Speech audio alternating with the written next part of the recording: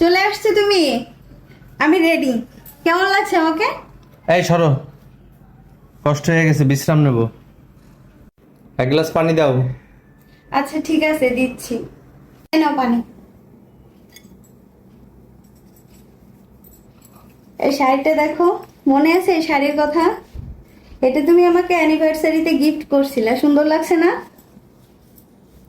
যাও চেঞ্জ করে আসো। মানে চেঞ্জ করব কেন? তুমি না ফোন করে বললা যে চলো ঘুরতে নিয়ে যাব, রেডি হও। আমি তো তোমার জন্য রেডি হলাম। না, এখন ঘুরতে যাব না, তুমি এখন চেঞ্জ করে আসো, যাও। কেন? আমি এত সুন্দর করে রেডি হলাম। এত কথা বলা কেন? তোমাকে বলছি না চেঞ্জ করতে।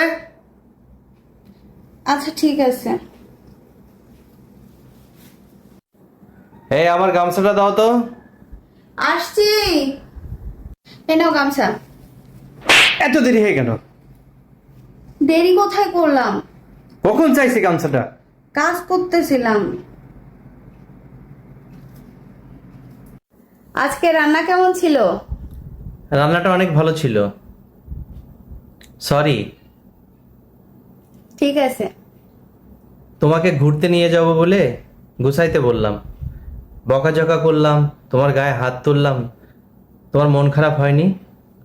হ্যাঁ, মন খারাপ একটু হয়েছিল, কিন্তু আমি তো তোমার স্ত্রী, বুঝতে পারছি হয়তো কোনো টেনশনে আছো, তার জন্য তুমি আমার গায়ে হাত তুলছো, রাগ করছো, বকাবকি করছো। কি হয়েছে বলো তো? আজকে মাসের কয় তারিখ বলো তো? 9 তারিখ। 9 তারিখ হয়ে গেল, এখনো পর্যন্ত আমি বেতনটা পেলাম না। কত খরচ দেখো, মেয়ের স্কুলের বেতন দিতে হবে, ঘর ভাড়া দিতে হবে, দোকানের বাকি বিল দিতে হবে। দোকানদার আসার সময় আমার কাছে টাকা ছিল, বেশি কম কথাও বললো। এই জন্য একটু টেনশন। আচ্ছা এত টেনশন করো না, বুঝছো? আমি তো বুঝি যে এইগুলা সমস্যা হয়। আমি ভাবছিলাম আজকে হয়তো তুমি বেতন পাইছো এই জন্যই গোছাইতে বলছো, কিন্তু পরে যখন এসে তুমি রাগ করলে তখনই বুঝতে পারছি যে হয়তো কোনো সমস্যা হয়েছে। আচ্ছা তুমি টেনশন করো না, হ্যাঁ? তো টেনশন করলে তো শরীর খারাপ করবে। বেতন আজ না হয় কাল চলেই আসবে। আর যেখানে আছে মুদি দোকানদার বা বাসা ভাড়া, সেটা আমি তাদেরকে বুঝিয়ে বলবো।